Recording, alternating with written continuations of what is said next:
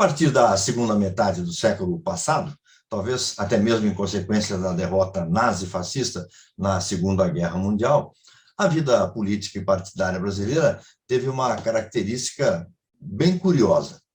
Todo mundo se dizia de esquerda ou de centro-esquerda, no máximo liberal de centro, defensor do livre mercado, etc. Ninguém se declarava de direita, pegava mal, né? Só que isso mudou nos anos 2000. A esquerda já não está mais sozinha na cabeça dos jovens, por exemplo. Até mesmo políticos já se declaram conservadores, coisa raríssima até há algum tempo. O que é que mudou e por que mudou? Eu sou Sérgio Mondino e esse é o tema da nossa conversa de hoje com Camila Rocha, mestra e doutora em ciência política pela Universidade de São Paulo. Ela é autora do livro Menos Marx, Mais Mises, o liberalismo e a nova direita no Brasil. Com a pesquisa que originou esse livro, ela ganhou os prêmios de melhor tese de doutorado da Associação Brasileira de Ciência Política e de tese destaque USP na área de ciências humanas. Camila Rocha, seja bem-vinda ao Espaço Democrático. Obrigada, Rondino. Um prazer para mim estar aqui. Estão conosco neste diálogo o ex-ministro, ex-embaixador, empresário, gestor público, André Matarazzo. Salve, André, bem-vindo mais uma vez. Rondino, para mim é um prazer estar aqui. Camila, tudo bem? Professor Machado, muito obrigado pelo convite. E lembrar, dentro do que você falou, que até o Paulo Maluf era do PP, Partido Progressista, e eu era considerado de direita quando entrei no PSDB, quase discriminado, diria. Pois é. Conosco também o economista Luiz Alberto Machado, sempre colaborando conosco aqui nessas entrevistas que fazemos aqui no Diálogos no Espaço Democrático. Salve, Machado. Salve, Rondino, Andréa, Camila. Prazer enorme estar com vocês. E teremos também a participação dos cientistas políticos Rogério Schmitt e Rubens Figueiredo, ambos colaboradores do Espaço Democrático, que nos enviaram perguntas por vídeo.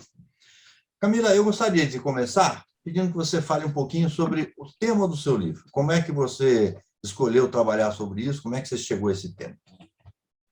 Então, Rondino, foram, na verdade, duas coisas principais que me levaram a estudar esse tema, né? A primeira foi a falta de bibliografia sobre direitos contemporâneos no Brasil, desde a redemocratização. Então, você tinha milhares de trabalhos sobre o PT, literalmente milhares, e os trabalhos, né, sobre partidos de direita, organizações de direita, eram escassos, assim, né, contava nos dedos das mãos. E a outra coisa também que me levou a pesquisar esse tema foi porque, na época, a América Latina estava vivenciando um processo que a gente chama de onda cor-de-rosa, né, que vários presidentes de esquerda e centro-esquerda haviam sido eleitos, e eu imaginava que ia ter algum tipo de reação e que a direita, né, ia passar a se tornar novamente relevante. Obviamente que eu não imaginei que ia ser como foi, né, no caso brasileiro, mas isso também contribuiu para eu me dedicar a investigar a direita. Basicamente, uma história curta do conteúdo do livro. Depois a gente entra nos detalhes. Sim. Bom, resumindo bastante o argumento do meu livro, eu, na verdade, aponto que, né, isso que eu chamo de nova direita brasileira nasceu há muito tempo atrás, quer dizer, quase 15 anos atrás, principalmente em comunidades de uma rede social que antecedeu o Facebook em popularidade no Brasil, que era o Orkut. Então, ali no Orkut já dava para ver, né, vários personagens que depois ficaram, né, conhecidos do grande público no Brasil, dialogando, trocando ideias, trocando textos, muitas das ideias que hoje, né, circulam, enfim, né, entre lideranças políticas conhecidas, etc. Então, esse é o principal argumento do livro, né? Começou lá atrás. Uhum. André Matarazzo, quer começar o nosso diálogo? Queria perguntar para ela, Camila, você que analisou bastante, né? Eu estava, como vivi um pouco o período também, no processo depois de 64, né? Depois do golpe, na redemocratização, qual foi o papel da elite política dentro desse processo todo, desculpa, o papel da elite econômica dentro do processo da redemocratização, de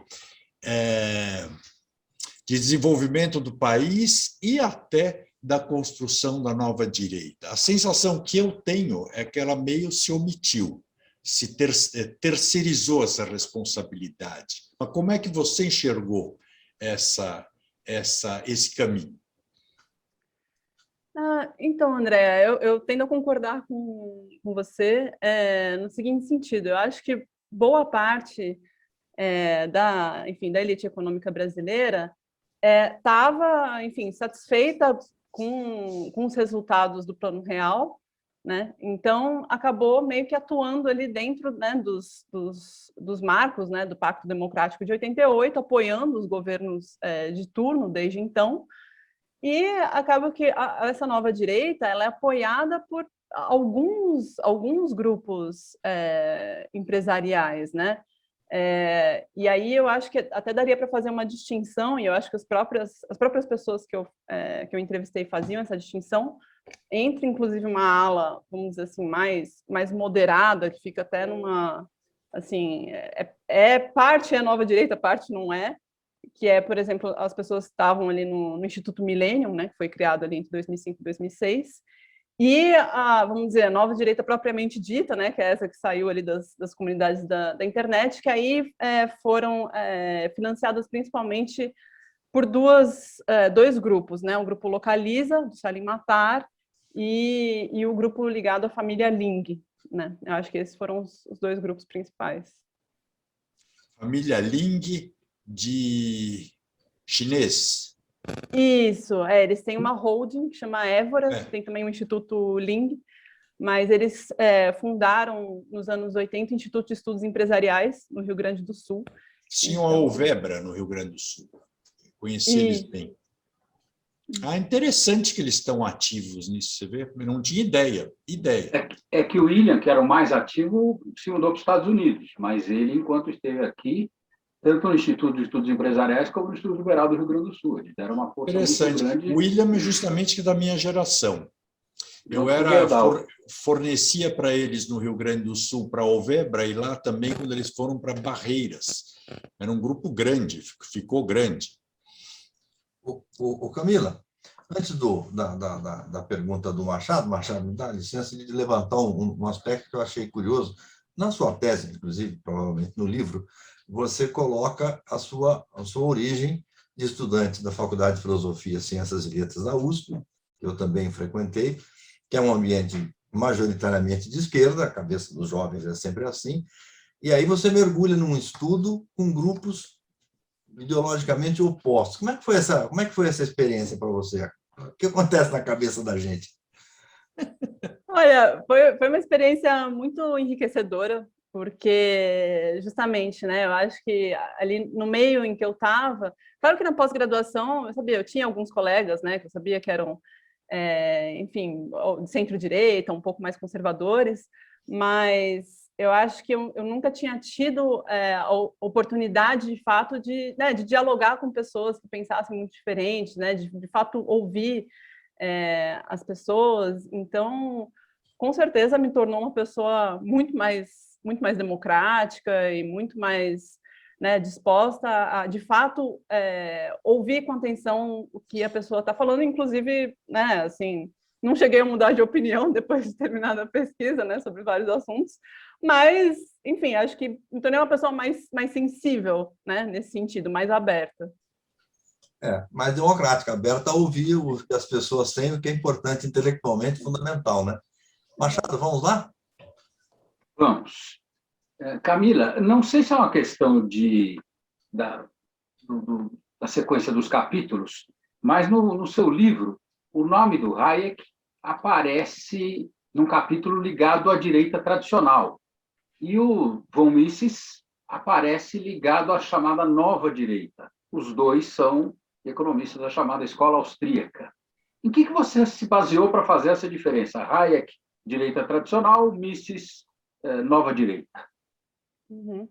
Essa é uma boa pergunta, porque, assim, durante o meu trabalho, o que eu fui percebendo é que uma coisa nova, de fato, que aconteceu foi uma revalorização da obra do Mises, que, obviamente, já contava com alguma divulgação no Brasil, né, desde os anos, até antes, na verdade, né, antes do golpe de 64, já existia, a gente conhecia o Mises, mas o ponto é que essa revalorização que fez com que a obra do Mises passasse a se tornar muito mais conhecida entre jovens, porque passou, vamos dizer, teve uma releitura do Mises como um libertariano, né, que era uma coisa que não era feita antes. Então, o Mises passou a ser compreendido, isso mesmo, né, por quem estuda o assunto, né, quem se autodefine como libertariano e estuda o assunto, fala que o Ludwig von Mises ele passou a ser lido como um libertariano mais próximo, por exemplo, do Murray Rothbard ou de autores, né, anarcocapitalistas, minarquistas. Então, eu acho que foi justamente isso que, né, deu esse aspecto até mais militante mesmo para essa nova direita, né, no sentido das pessoas poderem defender certas ideias econômicas também a partir da defesa moral e filosófica de certos valores, que eu acho que era uma coisa que, com o Hayek, não era tão frequente, né? Era muito mais uma defesa econômica, né? Ia se discutir inflação, ia se discutir, né? Por que é melhor, né, privatizar determinados setores ou não. Era uma discussão muito mais técnica, né? Muito mais econômica. E agora não, vira uma discussão muito mais moral, muito mais filosófica. Que a grande maioria das pessoas que fizeram essa releitura não leu a obra capital do Mises, que é um calhamaço, né? Que é a Ação Humana. Ação Humana, sim. Olha, tinha grupos de estudo, viu? Inclusive, uma entrevistada minha, Sibeli Bassos, criou um grupo de estudo no Ceará e ela falou que eles leram de cabo a rabo a Ação Humana do Mises. Eu falei, nossa, então realmente... Porque uma boa parte também das pessoas lê e sai repetindo, não compreende e sai repetindo como papagaio ao pé da letra, alguma coisa que, inclusive, pelo próprio tempo, você precisa de algumas adaptações, não só no tempo, mas também cada local. Você não vai adotar um liberalismo absoluto num país miserável e com os contrastes do Brasil, né? Esse é o grande problema, né, de quem lê pelo viés só ideológico e sem pôr o pé na realidade. Vamos ver a pergunta, Camila, que o Rogério Schmidt nos enviou? Vamos dar uma olhada. Eu gostaria de cumprimentar a Camila Rocha pela participação nesse evento aqui do Espaço Democrático. E a pergunta que eu gostaria de fazer, Camila, é a seguinte. Aliás, já pedindo desculpas, eu não li o seu livro, li apenas a tese, né, que deu origem a ele, está disponível ali no site da USP. Então, me perdoe, eu não sei se tem alguma diferença significativa entre o livro e a tese. Eu vou perguntar, então, baseado somente na tua tese de doutorado, né? Eu gostaria de saber como que você vê o papel das fundações partidárias como um todo nesse processo que você analisa no seu trabalho. Salvo engano, você fez rápidas referências a algumas fundações partidárias no seu trabalho, mas acho que não desenvolveu muito essa dimensão aí da questão. Então, como que você vê hoje o papel das fundações partidárias em geral e talvez dos partidos aí ligados mais às ideias liberais e conservadoras no debate de ideias políticas no Brasil? Muito obrigado, parabéns pelo trabalho. Bom, então, na verdade, essa é uma pergunta muito, muito interessante, porque, assim, as fundações partidárias, elas, às vezes, apareciam em alguns momentos, mas eu acho que de uma forma muito tímida nas falas das pessoas que eu entrevistei, né? Então, por exemplo, acho que apareciam muito em relação ao curso de formação. Então, quando, por exemplo, né, o professor Antônio Paim, né, o mesmo Ricardo Vélez foram falar, né, dos cursos de formação que eles davam, né, pelo então PFL, eu acho que muito provavelmente, eles não falaram isso explicitamente, mas acho que muito provavelmente devia ser com apoio da fundação partidária, né. Em outro momento que apareceu foi quando o Fábio Osterman, que hoje é deputado, né, pelo Rio Grande do Sul, ele ingressou no PSL, isso antes do Jair Bolsonaro ter ingressado no partido, e ele assumiu ali a fundação partidária, né, do partido. O partido era um partido pequeno, e ele assumiu a fundação do partido com esse intuito de, vamos dizer, dar algum tipo de coerência ideológica para o partido, uma coisa mais liberal, né? E aí dentro do universo ali, o Fábio é considerado como left-lib, né? Que seria uma espécie de liberal com preocupações, né? Com desigualdade. Mas durou muito pouco tempo, assim, isso, e logo depois, né, foi desfeito, e também o Jair Bolsonaro entrou no partido e tal. Então, eu acho que a impressão que eu tive é que as fundações, enfim, parecem ter tido um papel um tanto tímido, e eu acho que não é à toa que os think tanks, né, e essas organizações parecidas com think tanks aparecem com tanta força, né, no campo das direitas. Eu acho que até por isso, talvez, eu não sei, né, não saberia como está hoje, mas pelo menos até a época que eu fiz a pesquisa, a impressão que me deu foi essa, que os think tanks acabavam justamente substituindo muitas das funções que a gente esperaria de fundações partidárias. É sempre bom realçar, você citou o professor Antônio Paim, que foi um grande colaborador aqui da Fundação Espaço Democrático, e, aliás, até continua sendo, porque nós continuamos publicando uma série de trabalhos dele que continuam semanalmente entrando no ar no site do Espaço Democrático. Isso que a Camila falou é interessante, porque eu também, que tenho vida partidária há 30 anos, os partidos nunca se preocuparam com isso. Aliás, era até engraçado. Por quê? E aí você percebe, os partidos, no fundo, eles iam de acordo com a onda. Não era uma questão ideológica, né? Era mais uma questão do momento, qual é a onda, qual é o momento de discussão. Então, uma hora agora é favor à privatização, então todo mundo vira favorável à privatização. Não tinha um fundamento ideológico. Essa parte ideológica estava no Instituto Liberal, lá com o Roberto Bornhausen, irmão do Jorge. Eu comecei a ver fundações funcionando no PSD, o Espaço Democrático, que é uma fundação que faz debate, efetivamente, com um lado muito interessante, porque abre para todos os vieses. Então, realmente, se alguém quer fazer curso de formação política, não é se inscrever só no curso de formação política, é participar desse tipo de debate que, no caso, o PSD está fazendo, e parece que o Podemos também estava querendo fazer alguma coisa parecida. É muito interessante essa sua observação. Quer dizer, no fundo, para que eram as fundações, então, se esse tipo de estudo não aconteceu nelas? Perfeito. O cientista político Rubens Figueiredo mandou também uma questão para você, Camila. Vamos acompanhar. O Brasil já teve grandes formuladores no campo das políticas, digamos assim, mais liberais, ou, se quisermos, mais à direita do espectro político. Tivemos um industrial, Roberto Simonsen, tivemos um economista que teve cargos importantes nos governos, Roberto Campos, e mais recentemente um embaixador, José Guilherme Melchior, todos os três com obras muito densas e com argumentos muito poderosos, favoráveis à livre iniciativa e às posturas mais liberalizantes.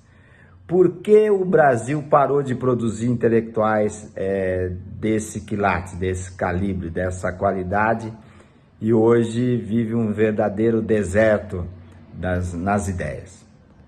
Bom, a questão dos intelectuais também é uma boa pergunta, e eu, inclusive, já me perguntaram isso antes, né? Tanto pessoas, né, de esquerda quanto de direita.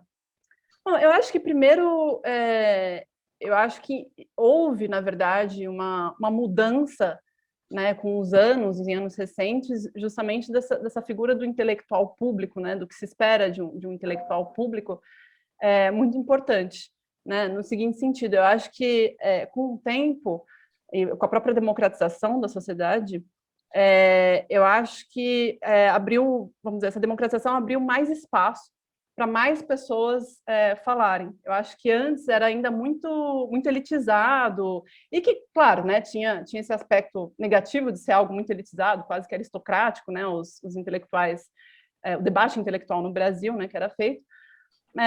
Mas, por outro lado, claro, né, era isso, eram pessoas que podiam, né, se dedicar, né, a passar, né, longos tempos lendo e refletindo, né, e conversando com pessoas, né, de alto escalão e tudo mais, e que hoje, né, as pessoas falam, mas onde estão essas pessoas e tal? Eu acho que essas pessoas ainda existem, mas eu acho que hoje elas convivem justamente com esses intelectuais públicos, vamos dizer assim, novos, né? Então, se a gente for pensar na nova direita, o próprio Rodrigo Constantino acabou se tornando um intelectual público, né? De um estilo mais, né, tem um estilo de polemista e tal, mas é um intelectual público.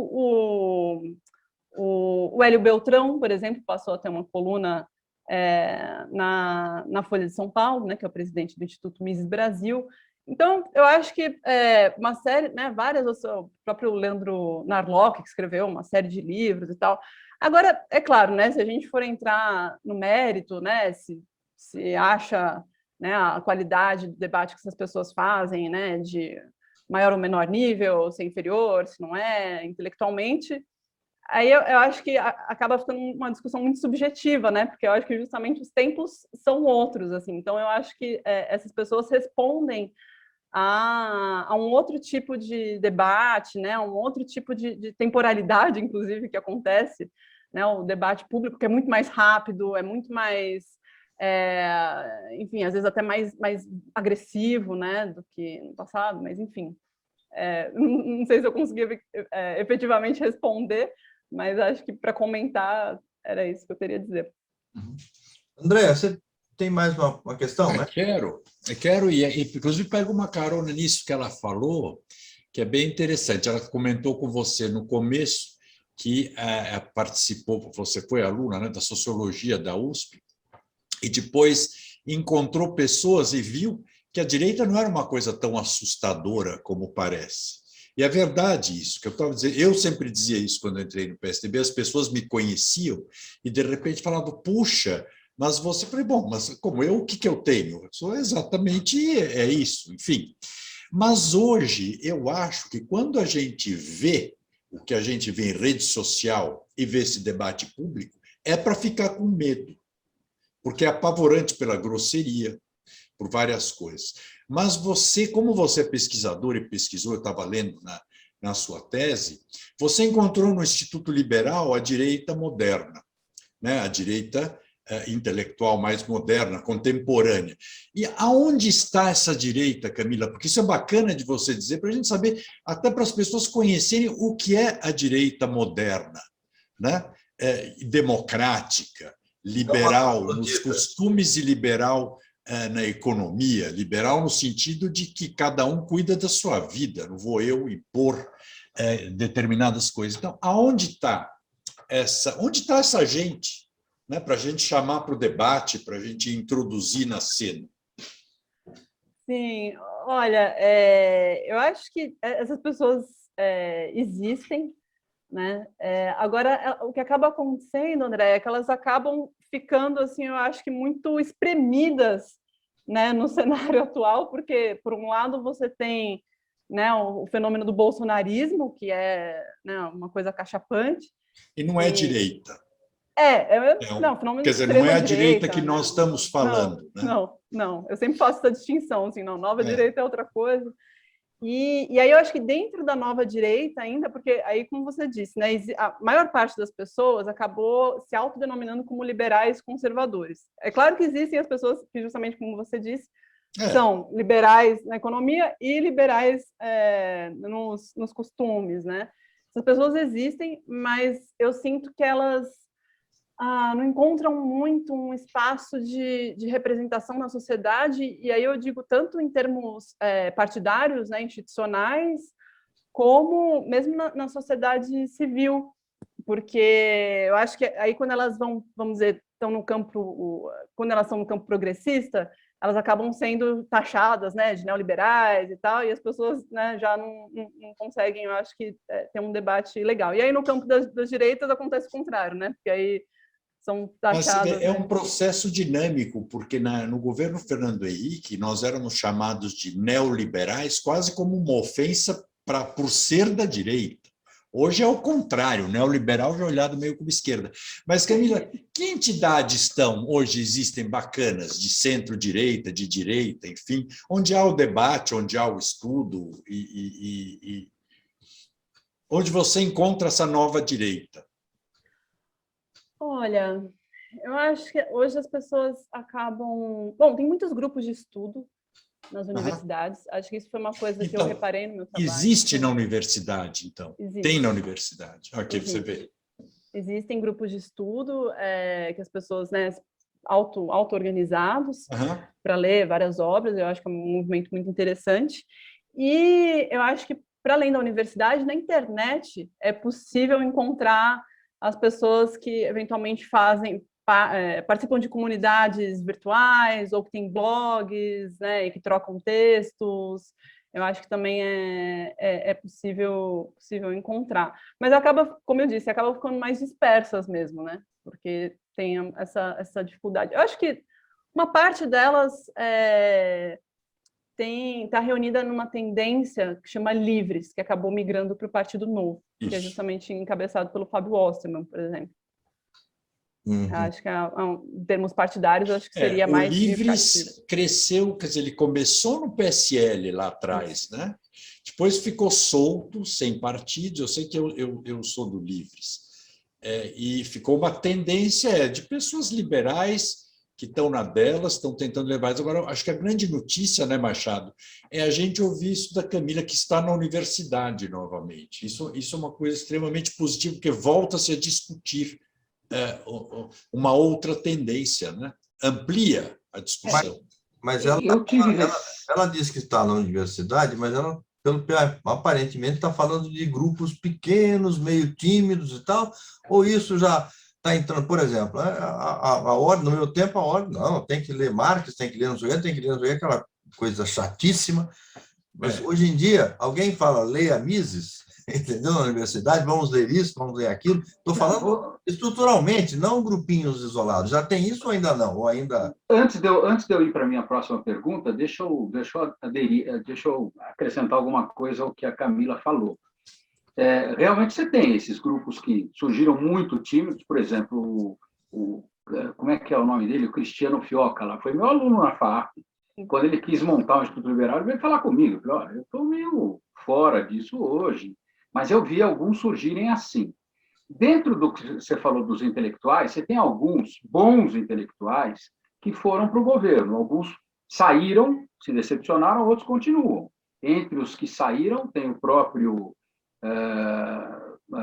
como é que é? O da Localiza, o Salim Matar. Você tem o Paulo Ebel, que foi secretário, que fez a lei da liberdade econômica, mas ainda estão no governo o Roberto Fendit, que foi durante muito tempo vice-presidente do Instituto Liberal e que está lá hoje na equipe no lugar do Troirro na Secretaria de Comércio Exterior. Você tem o Ed Kogut, que está lá numa subsidiária da Petrobras, lá, etc., que são caras importantes. E agora, você tem uma coisa, por exemplo, não sei se você chegou a se referir, o Centro Mackenzie de Liberdade Econômica, que é, de certa forma, bancado pelo ex-ministro Antônio Cabreira, que reúne hoje um grande número de pensadores liberais conservadores. Como chama, Machado? Centro Mackenzie de Liberdade Econômica. Interessante. Eles vão fazer o 4º, se não me engano, congresso agora em novembro, no Mackenzie, e eles conseguem reunir muita gente. Eu lembro que eu fui a um evento deles e o Hélio Beltrão falou, nossa, Machado, você deve estar impressionado, porque antigamente você representava o Instituto Liberal e você ia sozinho nesse negócio. Hoje tem vários grupos aqui. E realmente eu fiquei impressionado, porque era um monte de grupos que eu desconhecia. Mas eu posso emendar a minha pergunta, Rondino? Vamos em frente. Mas, Machado, você está dizendo uma coisa para você ver como é que é, né? Para mim, toda a parte conceitual disso, quem me falava muito, era Paulo Aires ainda, hein? Paulo Aires e Paulo Reis de Magalhães, que eram fundadores do IPES. Pai do Luiz Eduardo. Era do conselho da nossa empresa e era um cara no final da vida, muito equilibrado, comparativamente ao que se falava. Eu falei para a filha dele, ela doou todo o material dele lá para o CPDOC da GV. Paulo Aires eu conheci no Convívio, depois no Instituto Liberal, ele doou toda a biblioteca dele para o Instituto Liberal. Quando o Instituto Liberal de São Paulo fechou, ele me pediu para abrigar na FAAP. Está na FAAP até hoje. E ele tinha coisas impressionantes, porque ele militou durante muito tempo. Foi membro da Montpellier Society, o Paulo Aires teve um papel fundamental. Mas a Camila, antes de você fazer a sua pergunta, ela não teve oportunidade de responder a minha pergunta, que é a seguinte: o clima nas universidades, o clima do pensamento, mudou um pouquinho ou continua a ter vamos dizer, aquela opressão ideológica sobre qualquer um que se manifestasse contra a esquerda?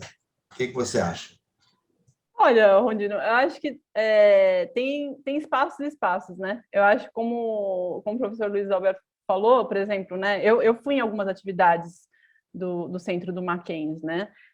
Que promovia. Então, eu lembro que ali, inclusive, numa atividade que eu fui, tinha alguns estudantes de esquerda, assim, ali atrás, meio...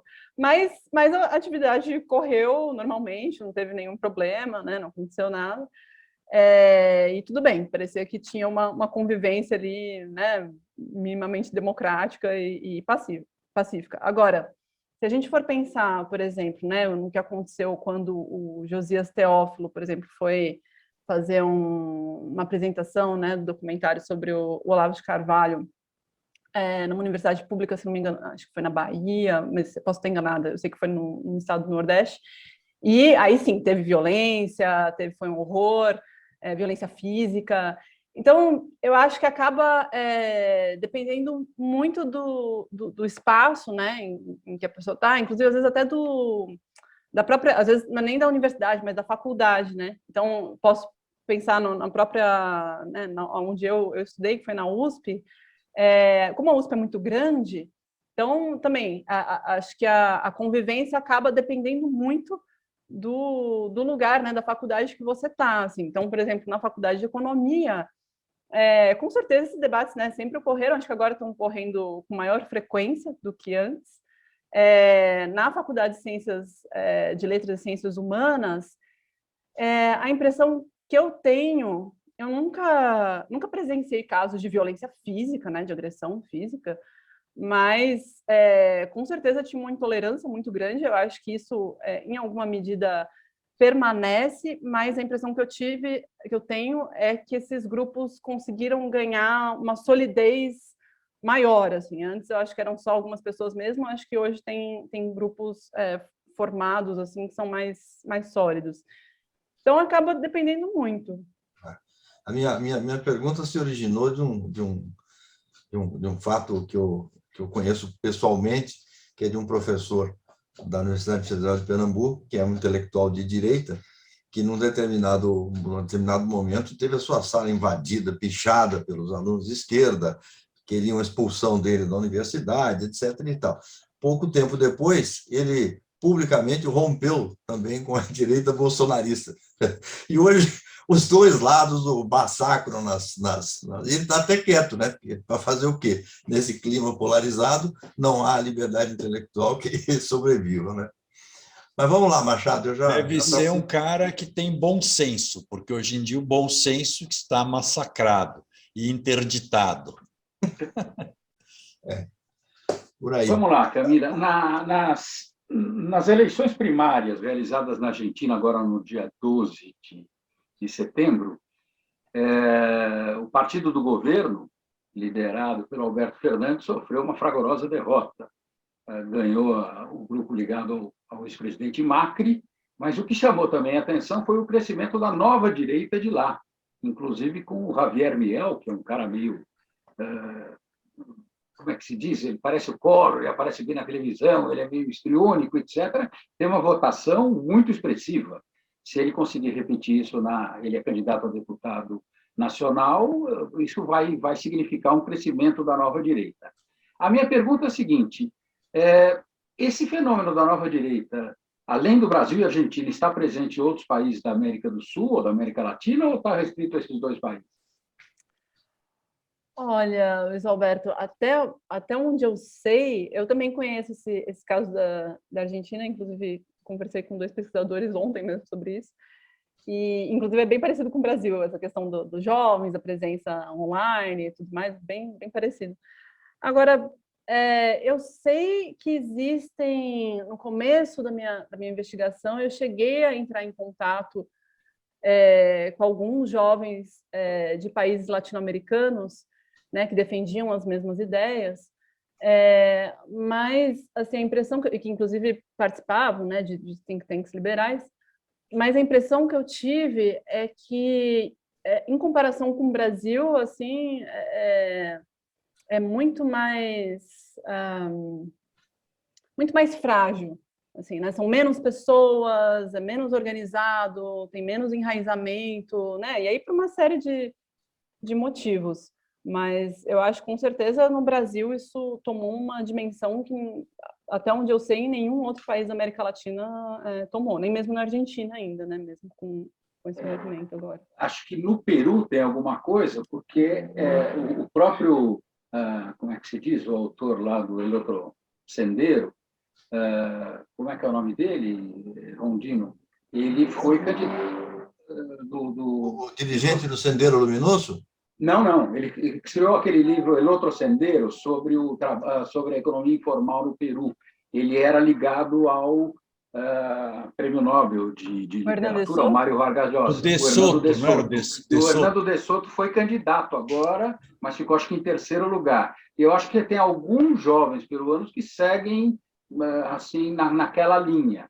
Ele e o Vargas Llosa romperam lá atrás, mas eu acho que ele não conseguiu chegar e ele não está ali muito ligado a Keiko Fujimori. Então, eu acho que você tem razão. O Brasil está bem à frente mesmo da Argentina, do Peru e não sei de outros países. Camila, antes de eu te pedir um comentário. Bem à frente, mas é aquela coisa, um grande contingente bem na superfície, né? Sim. Que se intitula direita, mas não sabe discernir lé com cré. Né? Isso é muito na verborragia e nos chavões, né, clássicos de uma direita dos anos 20, 30, sei lá eu. Agora, eu reconheço que hoje você tem esses 2 think tanks que tiveram origem, o Millennium e o Von Mises, que são coisas mais assentadas. Tem gente boa, tem gente séria. Mas deve ter mais, né? Pelo que a Camila olhando no livro dela, a gente acha. É interessante isso, viu? Parece que o grande problema é que o equilíbrio não é muito eleitoralmente muito... Não é eleitoralmente nem na mídia. Ninguém quer ouvir uma pessoa falar direito, equilibrado, criticar aqui, elogiar lá. Isso hoje é um pecado mortal.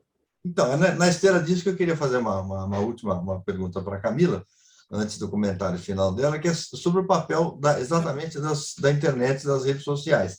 Porque a direita que navega nas redes sociais, e a esquerda também, não chega a ser exatamente aquilo que a gente chamaria de moderno. Né? Como é que você vê o papel das redes sociais? Pois é, então, eu acho que justamente, né, a dinâmica das redes sociais acaba ensejando justamente, né, esse tipo de debate que o André estava criticando, né? Então, quer dizer, a radicalização, né, ou a agressão, mesmo um uso mais superficial, né, enfim, de motes, de palavras de ordem e tudo mais, porque tem uma dinâmica de quem consegue aparecer mais, quem consegue fazer mais barulho, né, de quem consegue... E isso, né, com certeza, acaba, às vezes, eu acho que até invisibilizando os debates, vamos dizer assim, mais consistentes, que existem também, e que, curiosamente, a internet também possibilitou ao mesmo tempo. Então, só para dar um exemplo, mesmo lá no Orkut, né, que eu analisei, ao mesmo tempo que, né, existiam aquelas discussões,